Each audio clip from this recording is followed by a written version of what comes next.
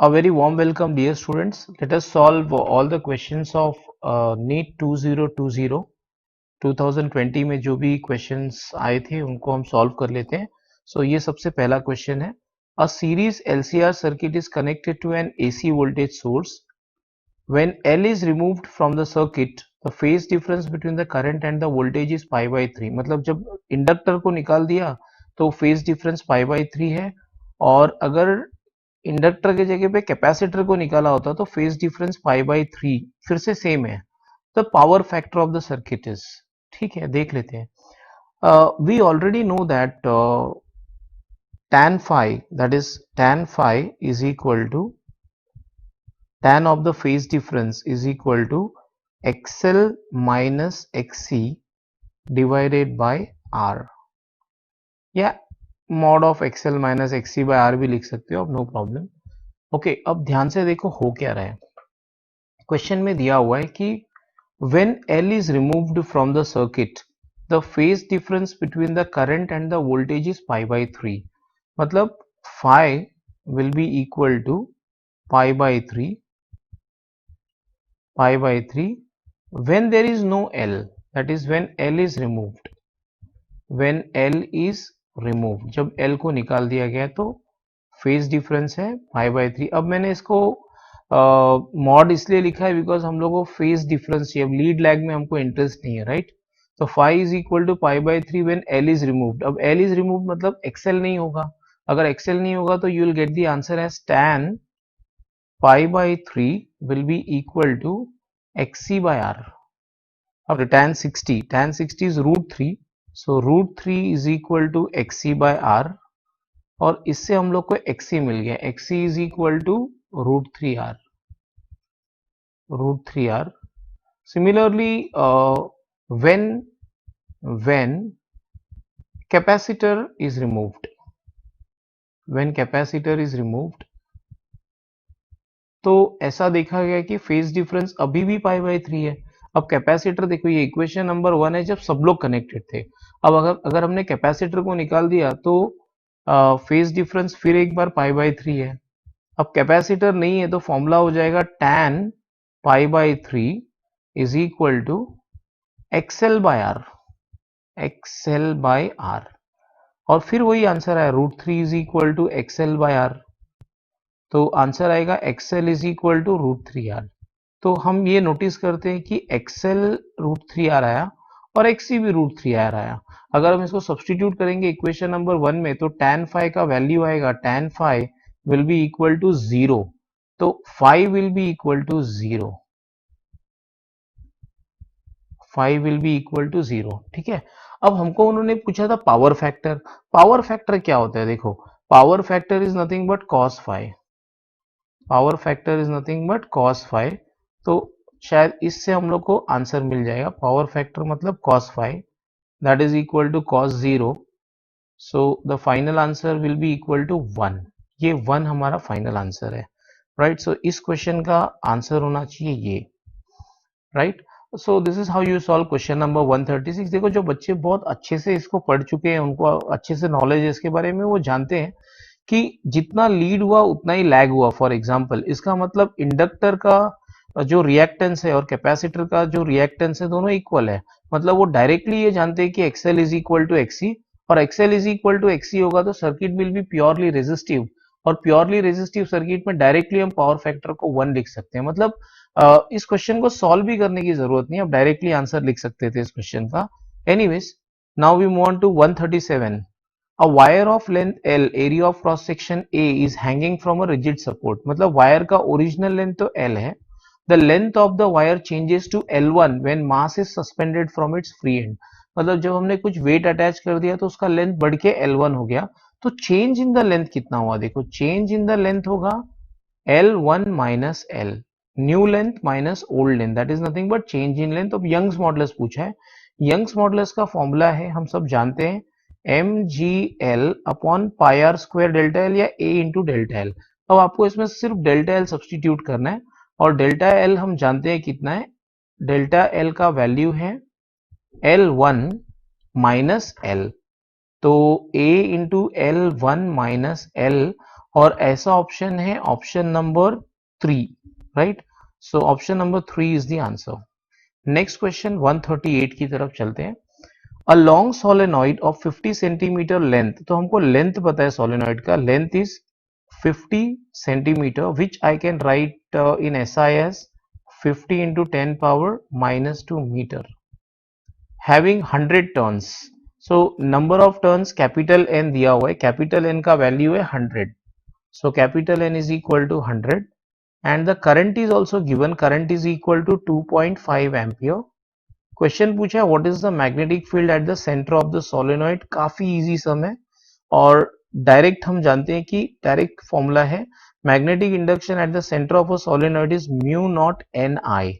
यहाँ पे याद रखने वाली बात यह है कि एन नंबर ऑफ टर्न्स नहीं होता, N is number of turns per unit length, number of turns per unit length, right. तो हम n को लिख पाएंगे n अपॉन l इंटू आई।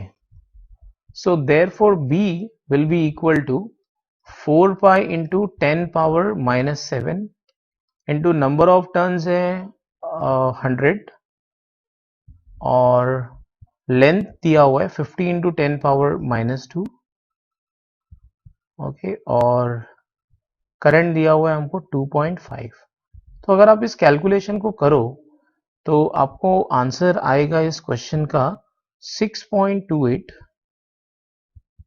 Into 10 power minus 4। मैं डायरेक्टली आंसर लिख रहा हूं क्योंकि मैं कैलकुलेशन ऑलरेडी कर चुका हूं, राइट। 139 अ रे is incident at an angle of incidence I in on one surface of a small prism, small angle prism matlab thin prism, right? They want to say that it is a thin prism and emerges normally from the opposite surface. If the refractive index of the material of the prism is mu, then the angle of incidence is nearly equal to. So let us see, the diagram is probably like this. We can draw the diagram like this. तो इससे आपको काफी कुछ idea आ जाएगा। This is the prism और बोला हुआ है कि इसमें जो रे ऑफ लाइट है यहां से वो नॉर्मली इमर्ज हो रहा है। नॉर्मली मतलब ये जो इमर्जेंट रे है वो ऐसे बाहर आ रहा है। अब एंगल ऑफ इंसिडेंस जो भी हो आई है, दिया हुआ है उन लोगों ने आई, सो हम जानते हैं कि ये हमारा एंगल ऑफ इंसिडेंस है आई, राइट। एंगल ऑफ इंसिडेंस आई है, एंगल ऑफ प्रिज्म ए है। अब देखो ये नॉर्मली बाहर आएगा तो एंगल ऑफ इमर्जेंस 0 और R2 भी 0 ही होगा, correct. that is angle of refraction at the second phase। हमको पूछा है कि angle of incidence is nearly equal to।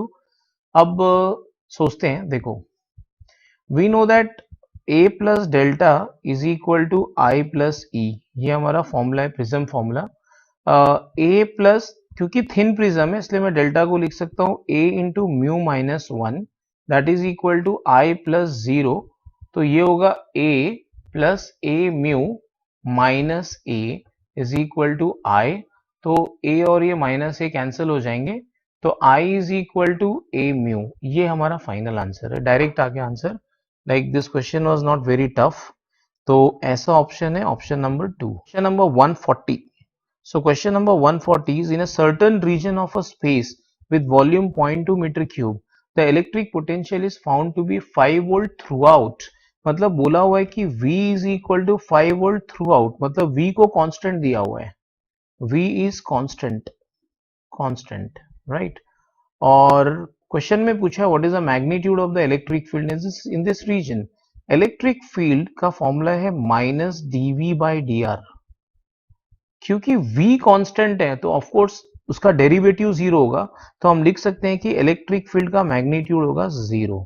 That is answer है 4th, right. Let us move on to the next question, question number 141। देखो मैं आपको एक request करना चाहता हूं कि जो बच्चों ने आज ही एग्जाम लिखा है और अब तक उनके सारे आंसर्स सही आए तो वो तो आगे वीडियो देखेंगे, लेकिन जिन बच्चों का सही नहीं आ रहा है आंसर्स, मतलब मैच नहीं हो रहे हैं, please stop watching the video because अब कुछ चेंज तो नहीं किया जा सकता, राइट। तो आप ये मान लीजिए कि आगे के आपके सारे आंसर्स राइट होंगे और आप मत देखिए video. So we move on to 141। For which one of the following Bohr model is not valid. देखो बोर मॉडल किसके लिए वैलिड है? बोर मॉडल उसके लिए वैलिड है जिसके बाहर सिर्फ एक इलेक्ट्रॉन होगा। Singly ionised helium atom, yes, इसके लिए तो वो वैलिड है। और सिंगली आयोनाइज्ड नियॉन एटम, मुझे नहीं लगता कि अगर नियॉन से एक इलेक्ट्रॉन निकाल देंगे तो फिर एक ही इलेक्ट्रॉन बचेगा, तो मेरे ख्याल से ये इसके लिए वैलिड नहीं है। मतलब आपको याद रखना है कि bore model is valid only for what? It is valid only for hydrogen like atoms, and hydrogen like atoms means what? ये तो हाइड्रोजन ही है। न्यूट्रॉन ये भी हाइड्रोजन है, और ये हाइड्रोजन जैसा हो गया क्योंकि इसमें भले बाहर दो इलेक्ट्रॉन थे लेकिन ये आयोनाइज्ड है, मतलब एक इलेक्ट्रॉन निकाल दिया गया, सिंगली आयोनाइज्ड। तो रिवॉल्विंग जो बाहर इलेक्ट्रॉन रिवॉल्व हो रहा है वो सिर्फ एक ही है। मतलब आप बोल सकते हो कि ये हीलियम प्लस या लिथियम डबल प्लस, क्योंकि लिथियम में 3 इलेक्ट्रॉन होते हैं, आप 2 निकाल दोगे तो Li डबल प्लस हो जाएगा, राइट? सो जिन भी एटम्स में सिर्फ एक ही आउटसाइड रिवॉल्विंग इलेक्ट्रॉन होगा उसको आप बोल सकते हो कि they will follow Bohr model, right? So इस क्वेश्चन का आंसर है answer 3, that is singly ionised neon atom में बोर मॉडल वैलिड नहीं है। Let us move on to 142. Light with an average flux of 20 watt per centimeter square falls on a non-reflecting surface at normal incidence having surface area 20 centimeter square. The energy received by the surface during time span of 1 minute. अच्छा देखो, पहले तो ये 20 watt per centimeter क्या दिया हुआ है per centimeter square? It is nothing but intensity, वो I दिया हुआ है हमको, intensity, और इंटेंसिटी दिया है 20 वॉट पर सेंटीमीटर स्क्वायर, जो हो जाएगा 20 into 10 power 4 watt per metre square, ठीक है? And area of the surface is given, area is equal to, area दिया हुआ है 20 centimeter square. So which I will write as 20 into 10 power minus 4 meter square, right? Then the energy received E equal to question mark, और कितने time में? Time दिया हुआ है 1 minute, that is equal to 60 seconds, 60 seconds. Okay, तो ये भी काफी इजी क्वेश्चन है। देखो इंटेंसिटी का फॉर्मूला क्या है? इंटेंसिटी मतलब energy flowing per unit area per unit time, तो हमको एनर्जी ढूंढना है। So energy will be equal to IAT,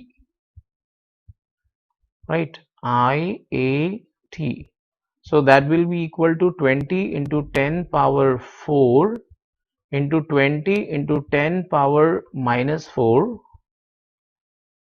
10 power minus 4 into 60, right? तो आपको बस इन सारे टर्म्स को मल्टीप्लाई कर देना, ये +4 -4 तो कैंसिल हो जाएंगे, 1 हो जाएंगे, 400 इंटू 60, तो मेरे ख्याल से ये आंसर आएगा 24 और 1 2 3 3 zeros, right? Into 10 power 3 joules. तो ऐसा ऑप्शन है option number 2, 24 into 10 power 3 joules, right? Next question की तरफ बढ़ते हैं, that is question number 143. An electron is accelerated from rest through a potential difference of V volt if the de Broglie wavelength of the electron is 1.227 into 10 power minus 2 nanometer, then the potential differences. देखो ये electron की बात हो रही है, तो electron के लिए तो डायरेक्ट फॉर्मूला है, the de Broglie wavelength of a revolving electron is given by the formula lambda is equal to, sorry, the de Broglie wavelength of electron, accelerated electron, not revolving, okay, is given by the formula lambda is equal to 12.27 angstrom, okay, upon root of v, upon root of v। अब थोड़ा सा बुद्धि लगा लो तो ये nanometre को आप angstrom में कन्वर्ट कर सकते हो, राइट? तो आप नैनोमीटर को अगर एंगस्ट्रॉन्ग में कन्वर्ट करोगे, देखो आपको वेवलेंथ कितना दिया हुआ था, wavelength is equal to 1.227 into 10 power minus 2 nanometer, which can be written like this, lambda is equal to 1.227 into 10 power minus 2, इसको मैं एंगस्ट्रॉन्ग में कन्वर्ट कर लूंगा तो प्रॉब्लम जल्दी हो जाएगा, राइट? -9 मीटर, तो ये हो जाएगा 12.27। देखो मैंने 12.27 कर लिया और ये फिर -12 हो जाएगा, करेक्ट, -12। अब इसको मैं एंगस्ट्रॉन्ग में अगर लिखूं तो ये हो जाएगा 12.27 into 10 power -2, 10 power -2 into 10 power -10 meter. So lambda will be equal to what? Lambda will be finally equal to 12.27 into 10 power -2 और 10 पावर -t को मैं एंगस्ट्रॉन्ग लिख देता हूँ। ऐसे लिखने से मुझे फायदा क्या हो गया? एंगस्ट्रॉन्ग एंगस्ट्रॉन्ग कैंसिल हो जाएंगे, राइट? तो रूट ऑफ, अब इसमें मैं सब्सटीट्यूट करूंगा, देखो अगर इसको मैं थोड़ा मॉडिफाई करूंगा तो आंसर आएगा root of v will be equal to 12.27 angstrom और ये वेवलेंथ नीचे चला जाएगा, that is 12.27 into 10 power -2 angstrom, right? तो मेरे ख्याल से रूट ऑफ v का आंसर आएगा, root of v will be equal to 100 या 10 पावर 2। सो फाइनली स्क्वायर करेंगे तो v that is potential difference will be equal to 10 power 4 volt, ठीक है? So I think 10 power 4 volt मतलब ये option. अब 144 की तरफ चलते हैं। Let us see what is 144। A body weighs 72 newton on the surface of the earth, मतलब उसकी वेट दी हुई है हमको और हम जानते हैं कि weight is equal to mg, तो मैं लिख सकता हूं कि 72 is equal to mg, equation number 1, ठीक है? Next, what is the gravitational force acting on it, या वेट ही पूछा है। ग्रेविटेशनल फोर्स मतलब weight at a height equal to half the radius of the earth, that means w dash is equal to question mark when the height is half the radius of the earth। मतलब देखो half the radius of the earth मतलब g बदल जाएगा। अब g height पे कैसे निकालते हैं, उसके लिए फॉर्मूला है r by r plus h the whole square into g, ठीक है? अब ये मैं मान लेता हूं कि ये इक्वेशन नंबर 2 है, थोड़ा और सब्स्टिट्यूट कर लेते हैं। हाइट दिया हुआ है r बाई 2, राइट? तो w dash will be equal to m into r by 2 आएगा डिनोमिनेटर में, तो वो 3r/2 हो जाएगा और रेसिप्रोकल हो गया 2/3 हो जाएगा, राइट? Into g. तो w dash will be equal to 4/9, ये मैंने जी 2 बार लिख दिया शायद। तो w dash will be equal to 4/9 mg। अब ये हो गया हमारा इक्वेशन नंबर 2। अब इक्वेशन नंबर 2 को इक्वेशन नंबर 1 से डिवाइड करेंगे तो w dash by w will be simply equal to 4/9 या w dash by 72 will be equal to 4/9। तो शायद आंसर अब आ जाएगा 4/9। सो w dash will be equal to ये 8 4 जा 32 newton should be the answer. सो 32 newton is the answer, right? और ऐसा ऑप्शन है ऑप्शन नंबर 1। अब हम लोग 144 की तरफ चलते हैं। Which of the following graph represents the variation of resistivity with temperature. अब ये तो डायरेक्ट क्वेश्चन है। For copper, copper is a metal, copper is a metal and metals have PTC, PTC मतलब positive, metals have positive temperature coefficient of resistance, temperature coefficient of resistance, okay, coefficient of resistance। और that means इसका मतलब ये होता है कि अगर temperature बढ़ेगा तो रेजिस्टेंस भी बढ़ेगा या रेजिस्टिविटी भी बढ़ेगी, लेकिन वो ग्राफ लीनियर नहीं होता, नॉन लीनियर होता है, मतलब ये है वो आंसर, राइट? तो क्वेश्चन नंबर 145 का मेरे ख्याल से ऑप्शन नंबर 2 होना चाहिए आंसर। अच्छा, नेक्स्ट क्वेश्चन, ये शायद रिपीट हुआ है, ये क्वेश्चन पहले भी पूछा जा चुका है शायद, देखते हैं एक बार। Light of frequency 1.5 times the threshold, मतलब जो इंसिडेंट फ्रीक्वेंसी है वो 1.5 टाइम्स ऑफ थ्रेशोल्ड है, is incident on a photosensitive material, what will be the photoelectric current if the frequency is halved and intensity is doubled. देखो अब क्या हो रहा है ना, ध्यान से सुनो, ये थोड़ा मतलब संभालना पड़ेगा इस क्वेश्चन में। अगर हम फ्रीक्वेंसी को हाफ कर दे तो न्यू फ्रीक्वेंसी क्या हो जाएगी, देखो न्यू फ्रीक्वेंसी हो जाएगी 1.5 by 2 nu naught, that will be equal to 0.75 nu naught. मतलब ये हुआ कि जो अब नई फ्रीक्वेंसी है, okay, that is less than threshold. 0.75 मतलब थ्रेशोल्ड से कम हो गई। तो क्या होता है कि देखो, अगर आप इंटेंसिटी कितना भी बढ़ा लो, as long as the frequency is less than threshold, nothing is going to happen. Intensity मतलब इलेक्ट्रॉन्स बाहर निकलेंगे ही नहीं, राइट? तो इसका आंसर होगा कि एमिशन होगा ही नहीं, राइट? दैट मीन्स जीरो लिख देता हूं इसको। मतलब what will be the photo electric current? Answer zero है, because there will be no emission, because incident frequency is, मैं लिख देता हूं यहां पे, क्योंकि incident frequency is less than threshold, there is no emission, there is no emission of electrons, no emission of electrons. ठीक है, अब याद रखना है इसको। नेक्स्ट क्वेश्चन की तरफ चलते हैं। Question number 147. Let us see what is question number 147. A 40 microfarad capacitor is connected to a 200 volt 50 hertz AC supply. The RMS current is, पहले तो हमको ERMS दिया है। देखो ERMS की वैल्यू दी हुई है 200 वोल्ट, और हमको कैपेसिटेंस की वैल्यू दी है 40 माइक्रोफैराड, मतलब 40 इंटू 10 पावर -6 फैराड। और पूछा हुआ है व्हाट इज, फ्रीक्वेंसी भी दी हुई है, ऑफ कोर्स फ्रीक्वेंसी है 50 हर्ट्ज, और हमको पूछा हुआ व्हाट इज IRMS। ठीक है, सबसे पहले हम निकालेंगे capacitive reactance, that is opposition. तो कैपेसिटिव रिएक्टेंस XC का फॉर्मूला है 1/ओमेगा C या 1/2 पाई FC।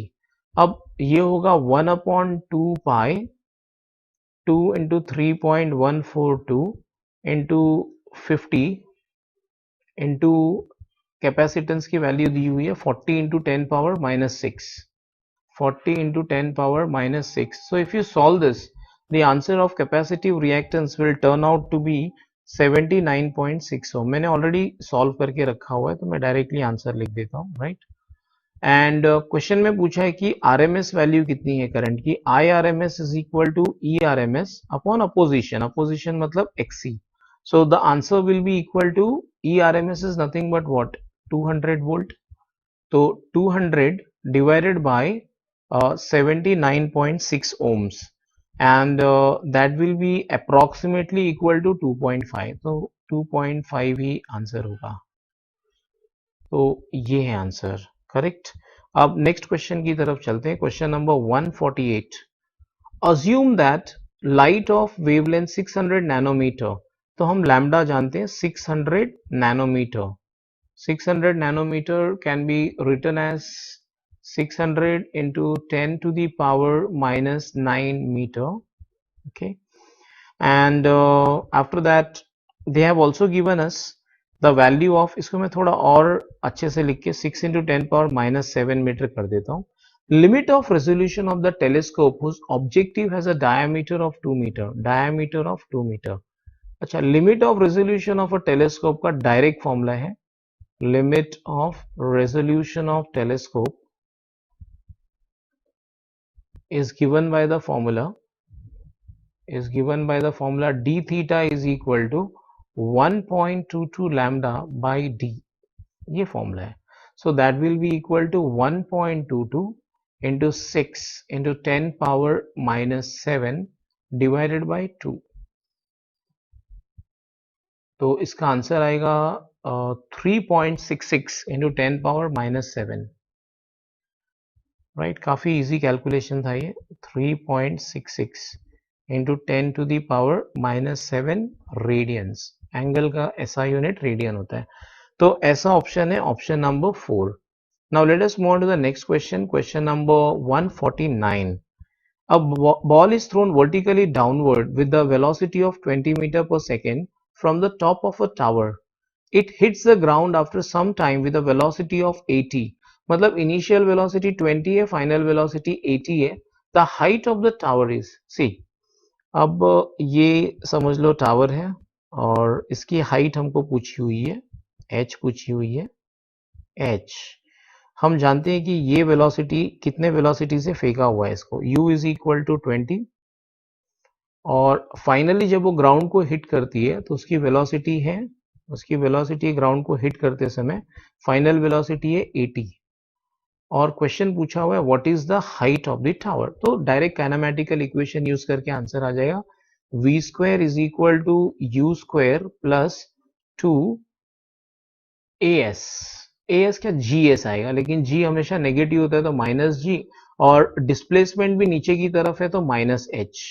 तो फाइनली आंसर आएगा, देखो g नीचे की तरफ है तो माइनस और h भी नीचे की तरफ है डिस्प्लेसमेंट, तो उसको भी माइनस लिखा हुआ है मैंने। तो therefore I can write 80 square is equal to 20 square plus 2 into 10 into h। अब ये 80 स्क्वायर माइनस 20 स्क्वायर करना है, तो 80 स्क्वायर माइनस 20 स्क्वायर का आंसर आएगा 80 plus 20 into 80 minus 20, that is 100 into 60 equal to 20h। तो h का आंसर आएगा 300 metres, right. So h will be equal to 300 metre, और 300 मीटर करके ऐसा ऑप्शन है ऑप्शन नंबर 3। अब 150 की तरफ चलते हैं। 150, a cylinder contains hydrogen gas at a pressure of 249 kilopascals। So मैं प्रेशर की वैल्यू जानता हूँ, pressure is equal to 249 kilopascals and this can be converted into or it pascal like this into 10 power 3 pascal and the temperature मतलब absolute temperature 27 मतलब 27 plus 273, तो kelvin में चाहिए ये, तो 300 केल्विन हो जाएगा। आर दिया हुआ है, डेंसिटी पूछा हुआ है, ठीक है, और आर का वैल्यू दिया हुआ है हमको, करेक्ट। अब देखो हम डेंसिटी हम निकाल सकते हैं बहुत आराम से, PV is equal to nRT, और नंबर ऑफ मोल्स को लिख सकते हैं mass of the gas upon molecular weight into RT.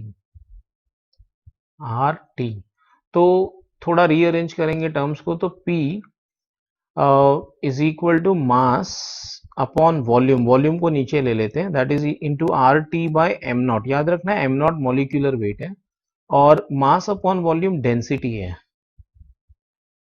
तो डेंसिटी का आंसर आएगा, density will be equal to P M naught upon R T. M naught मतलब molecular weight. अब हमको प्रेशर की वैल्यू दी हुई है, that is 249 into 10 power 3, molecular weight भी दिया हुआ है, molecular weight of hydrogen is 2, okay, into 10 power minus 3, ठीक है, और ये R दिया हुआ है 8.3 joules per mole kelvin, and temperature दिया हुआ है हमको, टेम्परेचर की वैल्यू है 300। तो ये आंसर आएगा, अगर आप सॉल्व करोगे तो इसका आंसर आएगा 0.2 kg पर metre cube. So this is the answer, 0.2 kg per meter cube, और option number 1 is the corresponding option। Molecular weight को मैंने kg में कन्वर्ट कर लिया, right. 151, when a uranium isotope 23592 is bombarded with a neutron, so uranium 23592 is bombarded with neutron, neutron मतलब उसका charge 0 होगा, मास 1, तो क्या मिला, तो it generates Kr 8936 plus 3 neutron, right, plus what, यही पूछा है ना क्वेश्चन में, तो बड़ा इजी क्वेश्चन है। देखो सिंपल है, आपको बस इतना याद रखना है कि कोई भी इस तरह का रिएक्शन हो तो मास नंबर लेफ्ट में और राइट में ऐड करने पे सेम आना चाहिए, और चार्ज का भी सेम आना चाहिए, एटॉमिक नंबर। अब ये 92 प्लस 0 है और ये 36 प्लस 0 है, तो कितना और ऐड करेंगे तो 92 हो जाएगा, 92 माइनस 36 कर लो, आपका आंसर आ जाएगा 56। और मेरे ख्याल से इससे ही आंसर डायरेक्टली मिल गया, यही आंसर है। सिमिलरली मास नंबर का भी आप चेक कर लो, इधर 235 प्लस 1 236 हो गया, और यहाँ पे 89 प्लस 3 इंटू 1 प्लस 144 आप करोगे तो आंसर 236 आएगा। तो ऐसे टाइप के सम्स तो काफी इजी होते हैं, और सारे बच्चे जानते हैं कि हमको खाली वो मास नंबर और एटॉमिक नंबर को लेफ्ट और राइट में इक्वेट करना रहता है, राइट। तो नेक्स्ट क्वेश्चन की तरफ चलते हैं। The increase in the width of the depletion region of the in the PN junction diode is due to reverse bias. ये डायरेक्ट नॉलेज बेस्ड क्वेश्चन है, इसमें कुछ एक्सप्लेनेशन की जरूरत ही नहीं है, राइट। नेक्स्ट क्वेश्चन की तरफ चलते हैं। The phase difference between displacement and acceleration of a particle in simple harmonic motion is. Now you should know that, हमें मालूम होना चाहिए कि acceleration is equal to minus omega square x. अब डिस्प्लेसमेंट और एक्सेलरेशन के बीच में ये माइनस साइन आता ही इसलिए क्योंकि दोनों अपोजिट डायरेक्शन में होते हैं, और जब भी दो चीज अपोजिट डायरेक्शन में होंगे तो फेज डिफरेंस होगा पाई रेडियंस। सो इसका आंसर भी डायरेक्ट है, पाई radiance is the answer. Next question की तरफ चलते हैं। An iron rod of susceptibility 599, susceptibility is nothing but काई, ग्रीक अल्फाबेट काई, जिसको एक्स भी लिख लो कोई प्रॉब्लम नहीं है, एक्स जैसा ही दिखता है बट उसको काई बोलते हैं। Is subjected to a magnetising field of 1200 ampere per metre. So हमको मैग्नेटाइजिंग फील्ड भी दिया है, that is 1200 ampere per metre, मतलब मैग्नेटाइजिंग फील्ड मतलब हमको एच दिया है, H is equal to 1200 ampere per metre. अब क्वेश्चन में क्या पूछा है, देखो, the permeability of the material of the rod is, the permeability of the material, permeability मतलब म्यू पूछा हुआ है, mu is equal to question mark. तो देखते हैं how we can solve this question. अब म्यू का फॉर्मूला है mu is equal to mu relative into mu naught. Mu of a substance is equal to relative permeability into permeability of free space. तो ये होगा relative permeability का formula, आपको याद होना चाहिए, वो 1 प्लस काई, 1 प्लस काई मतलब 1 plus susceptibility into mu naught. बस आप इसको सब्सटीट्यूट कर दो, आ जाएगा answer 1 plus 599 into mu naught का वैल्यू है 4 पाई इंटू 10 पावर माइनस 7।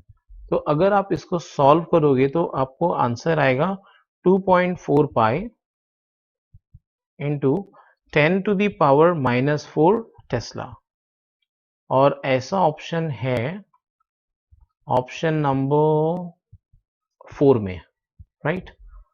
तो नेक्स्ट क्वेश्चन की तरफ चलते हैं।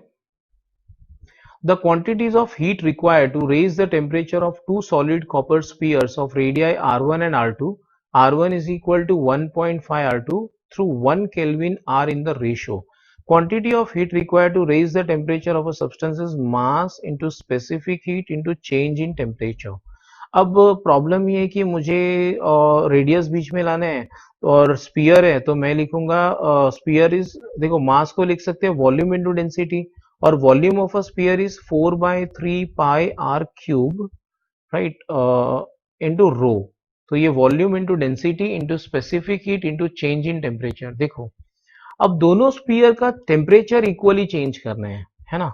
तो अगर दोनों स्पीयर का टेम्परेचर इक्वली चेंज करना है तो एक चीज तो पक्का है कि डेल्टा थीटा कांस्टेंट है, सेम मटेरियल है, कॉपर है तो सी कांस्टेंट है, रो कांस्टेंट है क्योंकि मटेरियल सेम है, 4/3 पाई भी कांस्टेंट है।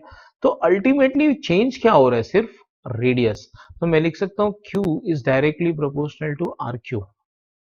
If Q is directly proportional to R cube, then I can write Q1 upon Q2, Q1 upon Q2 will be equal to R1 upon R2 the whole cube, and this will be equal to R1 upon R2 the whole cube means, अब R1 दिया हुआ है कि 1.5 times of R2 है divided by R2 the whole cube, so the answer will be 1.5 को मैं लिख सकता हूँ 3/2 the whole cube, and 3/2 the whole cube is nothing but 27/8, और ऐसा ऑप्शन हमारे पास है, option number 4 is the answer, right. अब नेक्स्ट क्वेश्चन की तरफ बढ़ते हैं, question number 156। Two bodies of mass 4 kg and 6 kg are tied to the two ends of a massless string. The string passes over a pulley which is frictionless. The acceleration of the system in terms of acceleration due to gravity. देखो अगर आप इस diagram को ध्यान से देखो तो ये एक एटवुड मशीन है, और एटवुड मशीन तो डायरेक्टली बच्चों को फॉर्मूला याद होता है एक्सेलरेशन का, राइट। हम जानते हैं कि ये वाला मास नीचे आएगा, इसको मैं m1 मान लेता हूँ, और ये ऊपर जाएगा m2 मान लेता हूँ, राइट। और एक्सेलरेशन का direct formula, acceleration is equal to what, m1 minus m2 into g upon m1 plus m2. So that will be equal to 6 minus 4 upon 6 plus 4 into 10 नहीं करते, जी के टर्म्स में चाहिए आंसर, जी। तो ये आंसर आएगा 2/10g, that is equal to g/5।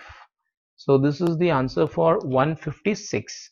अब हम लोग नेक्स्ट क्वेश्चन की तरफ चलते हैं, question number 157। Late us see what is 157।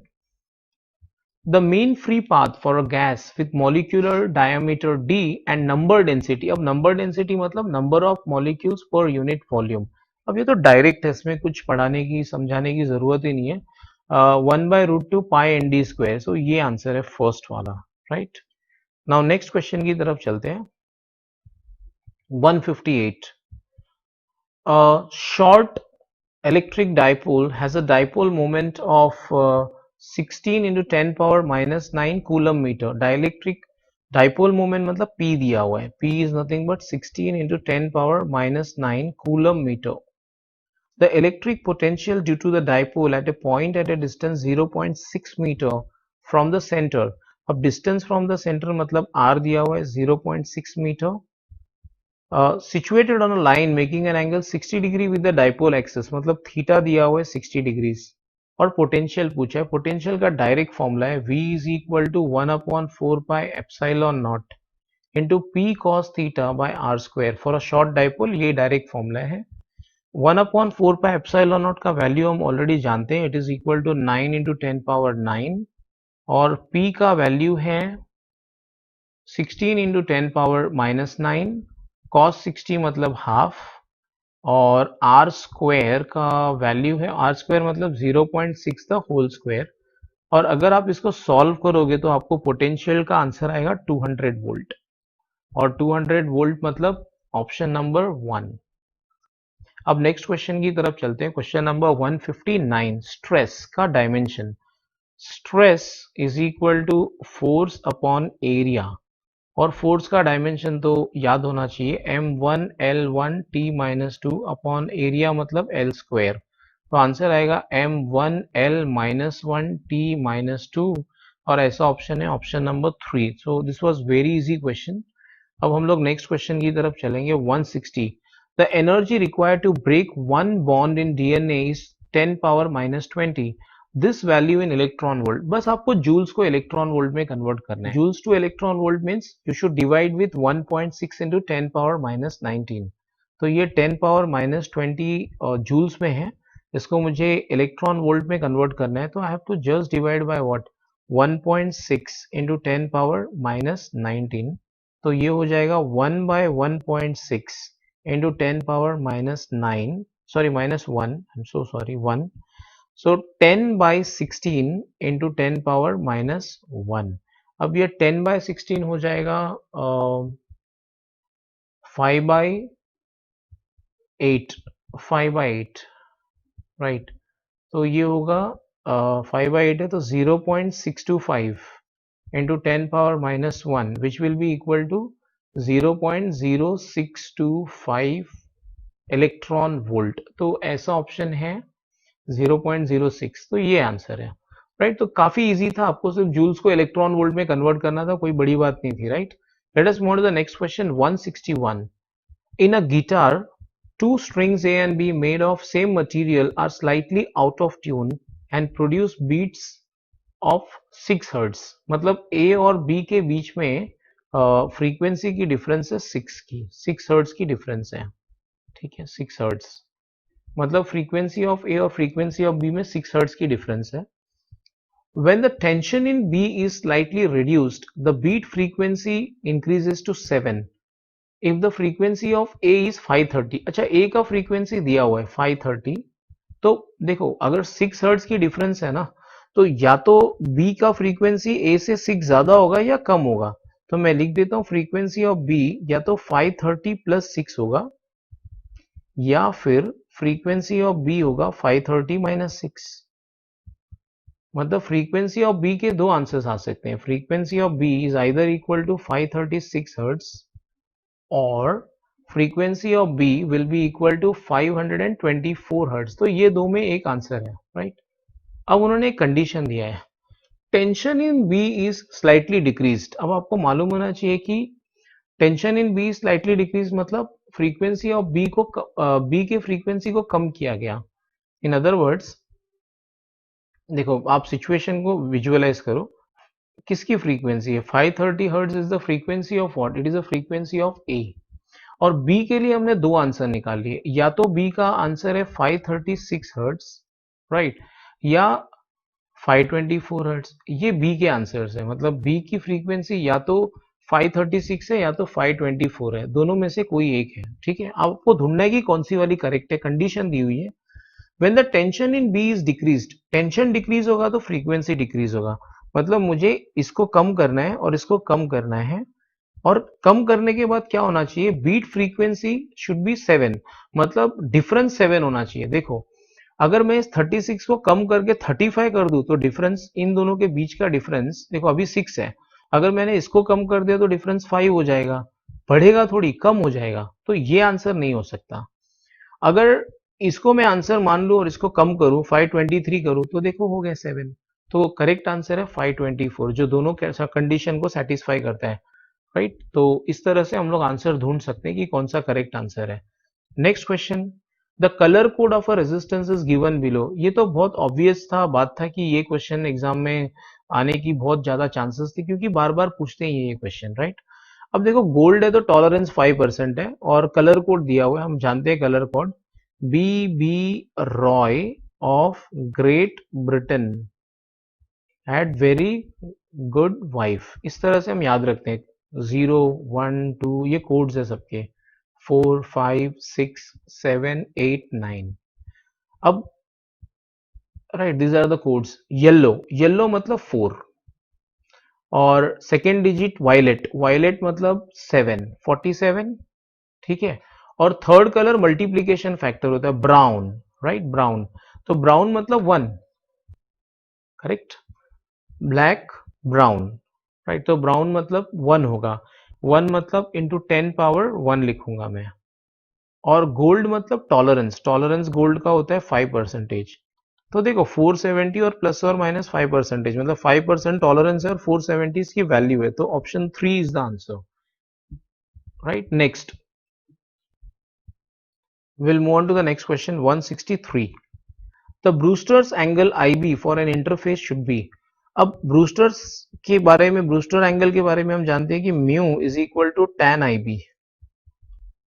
ठीक है ना, tan IB। अब म्यू हमेशा 1 से बड़ा होता है, क्योंकि म्यू 1 से हमेशा बड़ा। देखो, अगर म्यू 1 होता तो IB 45 होता, क्योंकि म्यू हमेशा 1 से बड़ा होगा, इसका मतलब ये होगा कि IB हमेशा 45 से ज्यादा होगा, 45 से ज्यादा होगा, और 90 से कम होना चाहिए, क्योंकि tan 90 इंफिनिटी होता है। तो हमेशा 45 से ज्यादा और 90 से कम, तो यही ऑप्शन होगा सेकेंड वाला, 163 का answer second option, right. Next 164, the capacitance of a parallel plate capacitor with air is 6। So when the medium is air, तो 6 microfarad is the capacitance. With the dielectric, the capacitance is 60, मतलब C medium is equal to 30. What is the permittivity of the medium, मतलब epsilon। देखो K निकाल लेते हैं पहले। K is nothing but C medium, K is nothing but C medium upon C air, so that will be equal to 30/6, 30/6 तो 5 आ जाएगा, ठीक है। अब हम ये भी जानते हैं कि के का और एक फॉर्मूला है एप्साइलॉन अपॉन एप्साइलॉन नॉट, तो इससे हमको एप्साइलॉन मिल जाएगा। Epsilon is equal to K epsilon naught, that will be equal to 5 times of epsilon naught दिया हुआ है 8.85 इंटू 10 टू दी पावर -12। तो ये आंसर आएगा, अगर आप इसको सॉल्व करोगे तो आंसर आएगा 0.44 इंटू 10 टू दी पावर -10, क्योंकि यही आंसर 44 आ जाएगा, मल्टीप्लाई करोगे तो 0.44 into 10 to the power -10 units आपको दिया हुआ है, तो आपको मेहनत करने की जरूरत नहीं है। तो ये second. Find the torque about the origin when a force of 3 J cap Newton acts on a particle whose position is 2 K cap meter। तो देखो हमको डायरेक्टली उन्होंने क्या दिया है, आर कैप दिया हुआ है, r cap, sorry r cap नहीं, आर बार दिया हुआ है, position vector. So position vector मतलब आर बार दिया हुआ है, right. R bar is equal to 2k cap, and they have given us force also. Force is equal to 3j cap Newton. और उन्होंने पूछा है टॉर्क। टॉर्क का direct formula है R cross F. Torque is given by the formula R cross F. तो R cross F मतलब 2k cap cross 3j cap, और k cross j होगा माइनस आई, तो आंसर आएगा -6i कैप, और -6i cap is option number 2। So option number 2 is the answer. अब 166 की तरफ चलते हैं। A resistance wire connected in left gap of a meter bridge balances 10 ohm resistance in the right gap at a point which divides the bridge wire in the ratio 3:2. If the length of the resistor wire is 1.5, then the length of 1 ohm of the resistance wire is.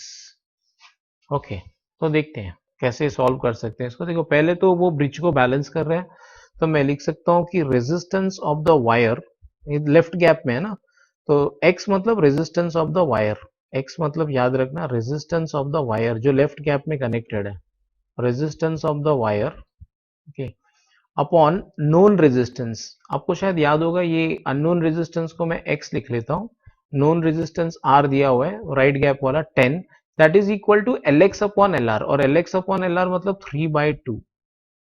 ठीक है, तो इससे मुझे क्या पता चल गया, मुझे x की वैल्यू आ जाएगी, दैट इज 1.5 इंटू 10। तो रेजिस्टेंस ऑफ वायर आ गया directly, resistance of wire is equal to 15 ohm, is equal to 15 ohm. तो ये मुझे मिल गया। अब देखो उन्होंने क्या पूछा है क्वेश्चन में कि what is the length of, what then the length of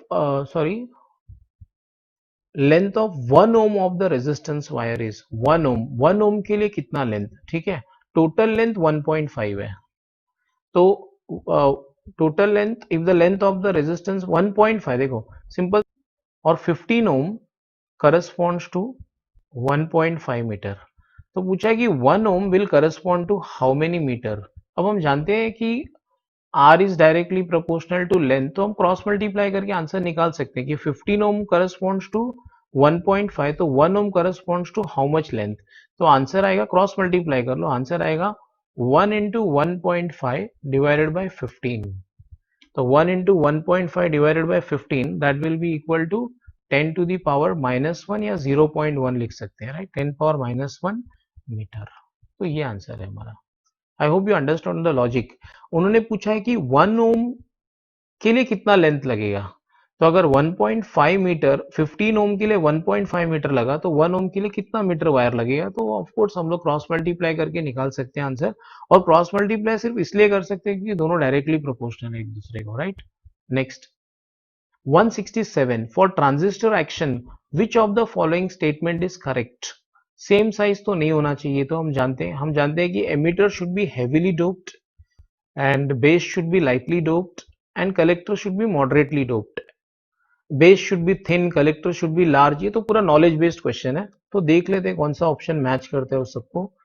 तो ऐसा ऑप्शन है, option the base must be very thin and lightly doped, तो यही करेक्ट आंसर है, right. Next 168, the ratio of contributions made by electric field and magnetic field components to the intensity of the electromagnetic wave is, direct answer है, equal होता है दोनों का contribution. मतलब energy density, देखो energy density contribution, energy density of electric field की formula है half epsilon naught E square, ठीक है। और मैग्नेटिक फील्ड की एनर्जी डेंसिटी है, energy density of magnetic field is nothing but half B square by mu naught, ठीक है। और ये दोनों सेम है, इक्वल है दोनों। आपको अगर प्रूफ चाहिए तो आप ये देख लेना, C is equal to 1 upon root of epsilon naught mu naught, this is the formula. और C का फॉर्मूला और एक भी है, C is also equal to E by B. तो आप इन सबको यहाँ पे सब्सटीट्यूट कर लेना, आपको आंसर आ जाएगा। बट ये जस्ट नॉलेज बेस्ड क्वेश्चन है। हम सब जानते हैं that electromagnetic wave consist of electric field and magnetic field and the contribution और the energy is equally divided among both the fields. तो डायरेक्टली आप कर सकते हो, अब इसमें एक्सप्लेनेशन देने की जरूरत नहीं है। फिर भी आपको अगर प्रूव करना है कि दोनों ये दिस इक्वल टू दिस, तो आप इससे निकाल सकते हैं आंसर, राइट? तो आपको आ जाएगा आंसर। जैसे कि मैं बता रहा हूं, आप ई को बी स्क्वायर सी लिख दो यहाँ पे, ठीक है? ई के जगह पे आप बी सी लिख दो और सी स्क्वायर यहां से सब्सटीट्यूट कर लो, आपको सेम आंसर आ जाएगा, ये सेकेंड वाला। तो ये दोनों इक्वल ही है, that's what I am trying to tell you. 169 की तरफ चलते हैं। 169, question number 169। A charged particle having drift velocity of 7.5 into 10 power minus 4 meter per second. This is drift velocity VD. In an electric field of intensity, electric field of ये electric intensity दी हुई है E. Mobility पूछा हुआ है, direct question है। Mobility का definition है, mobility is nothing but drift velocity per unit electric field. Drift velocity upon E, दोनों को डिवाइड कर दो, आपको आंसर आ जाएगा। That will be 7.5 into 10 to the power minus 4 divided by 3 into 10 to the power minus 10। तो ये होगा 2.5 into 10 to the power 6, right? That is the answer. और ऐसा ऑप्शन है ऑप्शन नंबर 1। 170 की तरफ चलते हैं। A spherical conductor of radius 10 centimeter has a charge of 3.2 into 10 power minus 7 coulomb distributed uniformly। मतलब मुझे कंडक्टर की रेडियस पता है और शायद मुझे जरूरत नहीं पड़ेगी उसकी। Q दिया हुआ है, Q is equal to 3.2 into 10 power minus 7 coulomb charge on the spherical conductor। Magnitude of electric field at a point 15, 15 मतलब बाहर, कंडक्टर के बाहर, तो वो R दिया हुआ है 15 इंटू 10 पावर माइनस 2 मीटर। ये E पूछा है, बहुत डायरेक्ट क्वेश्चन एकदम। The electric intensity at a point outside a charge conductor is given by 1/4 pi epsilon naught into Q by R square. तो मैंने बोला था आपको रेडियस की जरूरत नहीं है हमको, और this will be equal to 9 into 10 power 9 into 3.2 into 10 power minus 7 divided by 15 into 10 power minus 2 the whole square। और अगर आप इसको सॉल्व करेंगे तो आपको इलेक्ट्रिक इंटेंसिटी का आंसर आएगा 1.28 इंटू 10 पावर 5 न्यूटन पर कूलम। और मेरे ख्याल से ऐसा आंसर है ऑप्शन नंबर 1। हो सकता है कुछ कैलकुलेशन में थोड़ा मिस्टेक होने के चांसेस है, बिकॉज मैंने बहुत स्पीड में बनाया, बिकॉज आज ही टेस्ट हुआ और आज ही मैंने स्पीड में कैलकुलेशन करके बनाया सब। तो आप थोड़ा बेयर कर लेना, फॉर्मूलाज में कोई मिस्टेक नहीं, आप उसकी टेंशन मत लेना, राइट? और मैंने कोशिश की कि पूरा करेक्ट ही हो, तो आप उसका भी टेंशन मत लेना, करेक्ट ही होगा mostly. 171। Taking into account of the significant figures, what is the value of 9.99 metre minus 0.0099 metre? देखो ऐसे क्वेश्चंस को सॉल्व ही नहीं करना चाहिए, मैं आपको बताता हूँ। देखो 2 डिजिट्स है डेसिमल के बाद, और अगर आप इसको देखो तो इसमें डेसिमल के बाद 4 डिजिट्स है, डेसिमल के बाद 4। अगर सब्ट्रैक्शन के लिए रूल क्या है सिग्निफिकेंट फिगर्स का, कि फाइनल आंसर आपको किसमें रिपोर्ट करना है? आंसर आपको ऐसे लिखना है कि the final answer should contain the same number of decimal places as that of the minimum one। अब ये जो मिनिमम वाला है उसमें तो दो सिग्निफिकेंट उसमें 2 डेसिमल प्लेसेस हैं, तो तुम्हारे फाइनल आंसर में भी तुमको जो भी आंसर लिखोगे उसमें 2 डेसिमल प्लेसेस ही रखने पड़ेंगे। तो ऐसा ऑप्शन तो यही है, तो डायरेक्ट आ गया answer. In other words, whenever you are subtracting considering significant figures in account, तो आपको ये चेक करना चाहिए कि जो भी डिजिट्स को आप सब्ट्रैक्ट कर रहे हो उसमें डेसिमल के बाद कितने प्लेसेस तक डिजिट्स हैं। दैट इज फर्स्ट वाले में 2 डिजिट्स है डेसिमल के बाद, और सेकेंड वाले में 4 डिजिट है डेसिमल के बाद। फाइनल आंसर में आपको minimum number of decimal places रखने हैं। अब मिनिमम वाले तो 2 डेसिमल प्लेसेस है, तो फाइनल आंसर में भी 2 ही डेसिमल प्लेसेस आएंगे, तो आंसर है फर्स्ट वाला। तो उसमें कुछ ज्यादा सोचने की बात ही नहीं थी, right? Next will move on to 172। In Young's double slit experiment, if the separation between the coherent sources is halved, separation between the coherent sources half मतलब स्मॉल डी को हाफ कर दिया, distance of the screen from the coherent sources is doubled मतलब capital D को double कर दिया, तो fringe width का क्या होगा? देखो फ्रिंज विड्थ का फॉर्मूला है लैम्डा डी बाई डी, और जो नया फ्रिंज विड्थ है वो क्या होगा? लैम्डा तो उतना ही है, डी को डबल कर दिया 2d हो गया, और distance between the coherent sources is halved मतलब इस डी को डी बाई 2 कर दिया, तो तुम्हारा नया फ्रिंज विड्थ क्या होगा? नया फ्रिंज विड्थ होगा 4 लैम्डा डी बाई डी, ये 1 है और ये 2 है, तो काफी इजी है, आप देख के डायरेक्टली बोल सकते हो कि 4 टाइम्स हो गया, right, 4 times. So the answer should be 4 times, that is option number 2. Next question. Two cylinders A and B of equal capacity are connected to each other via stopcock.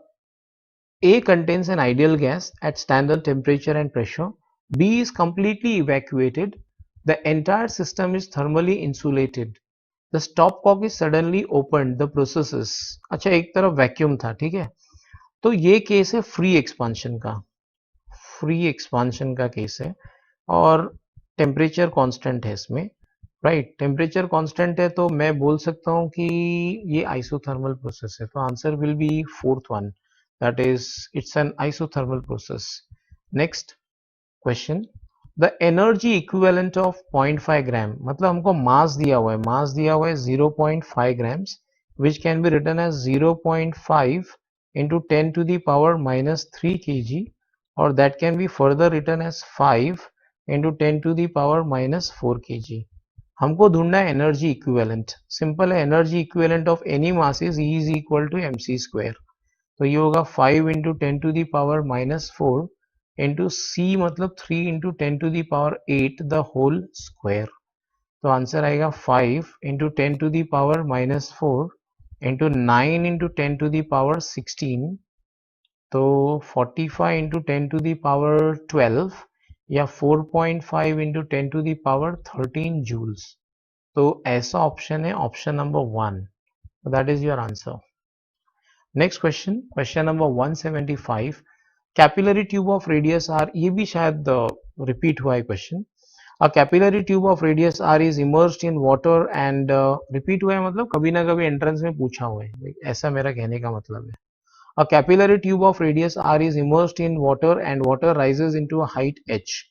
The mass of the water in the capillary is 5 gram. Another capillary tube of radius 2r is immersed in water. The mass of the water that will rise is, देखो, mass of the water in the capillary tube will be equal to what? अगर आप capillary tube को थोड़ा visualise कर लो तो वो cylinder जैसा होता है, तो मैं लिख सकता हूँ उसके मास को डेंसिटी इंटू वॉल्यूम, और वॉल्यूम है एरिया इंटू हाइट. अब हाइट को मैं क्या लिख सकता हूँ, देखो, rho into a into 2t cos theta upon r rho ji,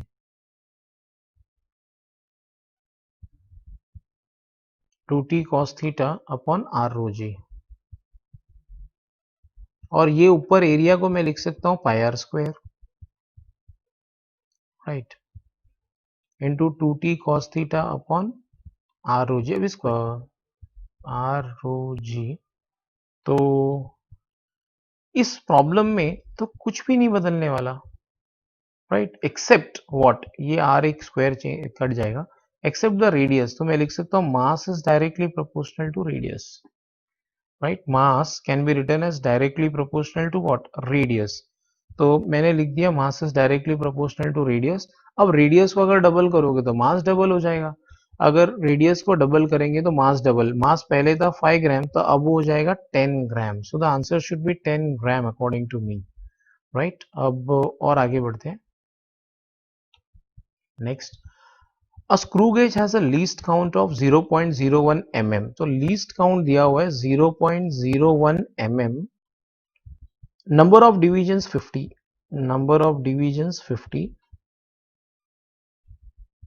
is equal to 50, okay, और पिच पूछा हुआ है, pitch of the screw gauge, बहुत इजी क्वेश्चन है.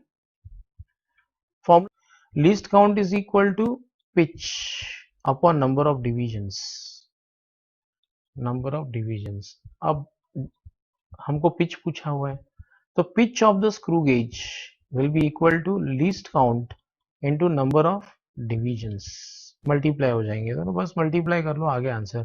तो 50 इंटू 0.01 mm, तो 0.5 mm, करेक्ट। तो ऐसा ऑप्शन है ऑप्शन नंबर 2। तो इस क्वेश्चन का आंसर होना चाहिए option number 2, that should be the answer. Now next question, for the logic circuit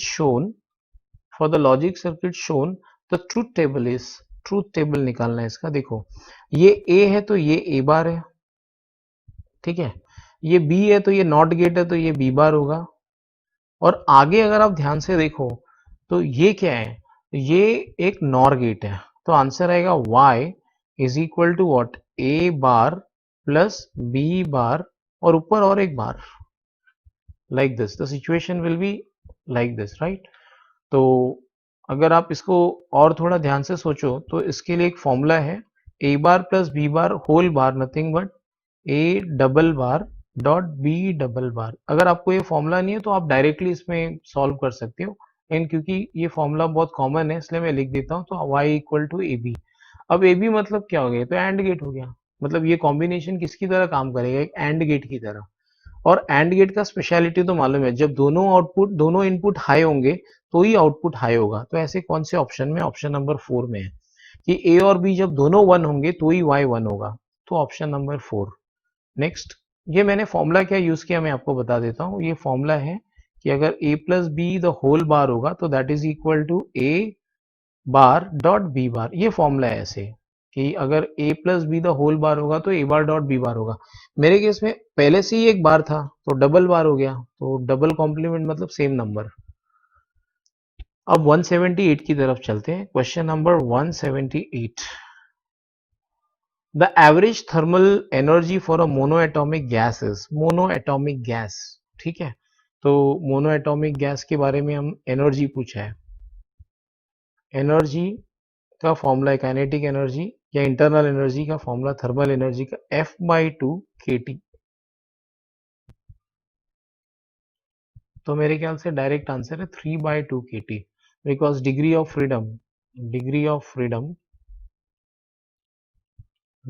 freedom for a monoatomic gas is equal to 3। तो आंसर आएगा 3/2 kT, that is the answer. तो option number 1। Next, the solids which have negative temperature coefficient of resistance. देखो अभी ये पहले से ही एक question आ गया था जिसमें हम जानते थे कि कंडक्टर्स को पॉजिटिव टेम्परेचर कोएफिशिएंट होता है, तो पूछा है कि नेगेटिव किसको होता है। सिंपल, इंसुलेटर्स और सेमीकंडक्टर्स, उनको नेगेटिव टेम्परेचर कोएफिशिएंट होता है, मतलब अगर इनका टेम्परेचर बढ़ाया जाए तो इनका रेजिस्टेंस कम होने लगता है। और लास्ट क्वेश्चन देख लेते हैं। Two particles of masses 5 kg and 10 kg respectively are attached to the two ends of a rigid rod of length 1 meter with negligible mass, मतलब रॉड के मास को कंसिडर नहीं करना है। Centre of mass of the system from 5 kg is, चलो ये 5 kg है और ये 10 kg है, टू पार्टिकल सिस्टम है, तो ये 5 kg M1 लिख लेता हूँ 5 kg, और M2 को लिख लेता हूँ 10 kg। सेंटर ऑफ मास इसको मान लेता हूं, ये सेंटर ऑफ मास है दोनों का। अब यहां से डिस्टेंस को x मान लेता हूं, तो ये होगा 1 माइनस एक्स, क्योंकि ये टोटल लेंथ हमको दिया हुआ है ना, ये 1 मीटर है पूरा। अब काफी इजी हो गया, देखो direct formula m1r1 equal to m2r2। m1r1 मतलब m1 into X is equal to m2 into 1 minus X, हमको x ढूंढना है। m1 है 5 और m2 है 10, ठीक है, तो x इज इक्वल टू 5 और 10 कट जाएंगे, 2 इंटू 1 माइनस एक्स, तो फाइनली आंसर आएगा x is equal to 2 minus 2x, तो x is equal to 2/3 metre, तो 2/3 मीटर होता है 0.667 है ना मीटर, या 66.7 सेंटीमीटर, तो आंसर आएगा ये। तो इस तरह से हमने सारे MCQ सॉल्व कर लिए। So thanks for watching the video, and if you like the video, do share the video with your friends and subscribe my channel. Thank you.